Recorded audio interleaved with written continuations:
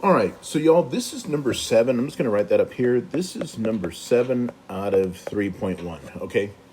And so the problem here, I kind of cropped out the top part, but the problem says, can we match each of these 45 through 50 with the proper graph?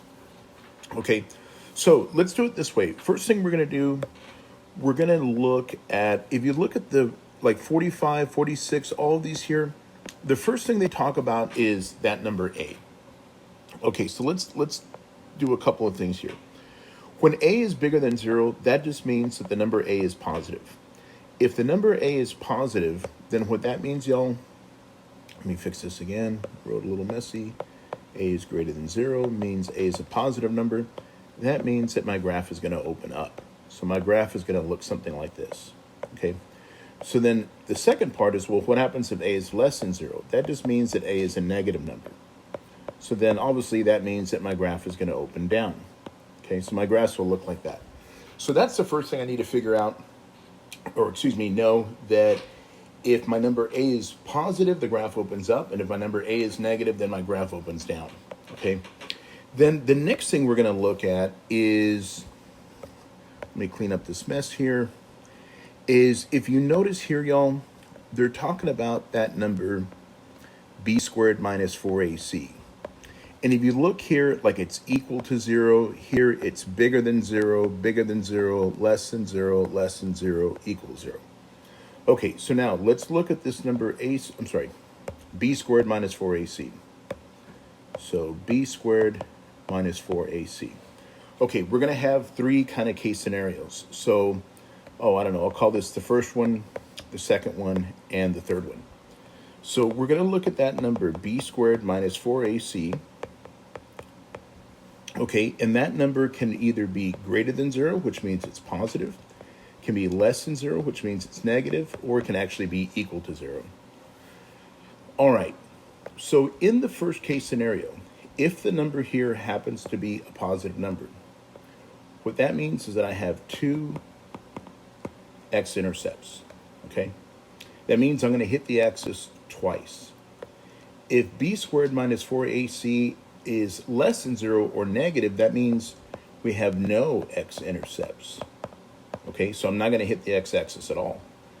And then the third one is if b squared minus 4ac is equal to 0, then we're only going to have 1 x-intercept. That means I'm only going to hit the graph 1 time.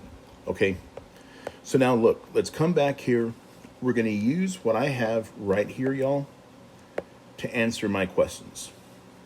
Okay, so look, when I look at 45, the first thing it says is A is less than 0. That means my graph is going to open down.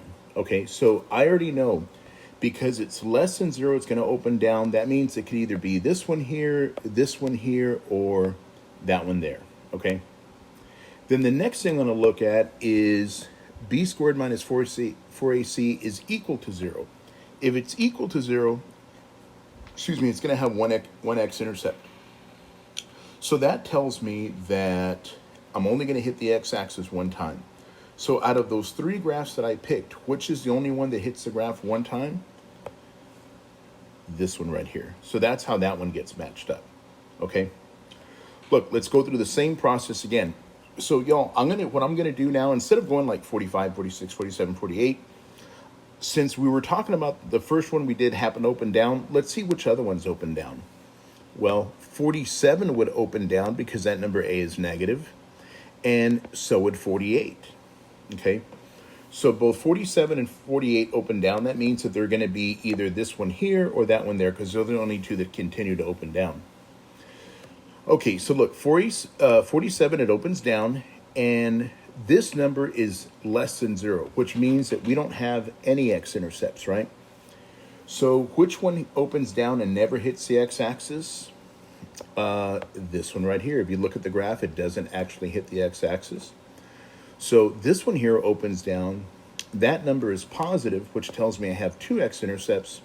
And if you notice, this one here opens down and we hit the x-axis twice, right? Whereas this one over here earlier, we only hit it the 1 time. Okay? All right. Now, let's come back to the next ones. So look at 46. me get my pen going again. Look at 46, look at 49, and look at 50. All of those have the A being bigger than 0, which means that my graph is going to open up, right? So which graphs open up? This one here, and this one here, okay? So now, I'm going to do 46. Not only does the graph open up, but that number is negative. When it's negative, I don't have any x-intercepts. So out of these three graphs, this one here, and this one here, which one opens up but doesn't hit the x-axis? That's right, that one does, okay? All right, let's look at 49. It's going to open up, and this number is going to be positive. So if it's positive, remember what we said, it has two x-intercepts. So which one opens up and hits the x-axis twice? That would be this one right here, because look, it hits the x-axis twice.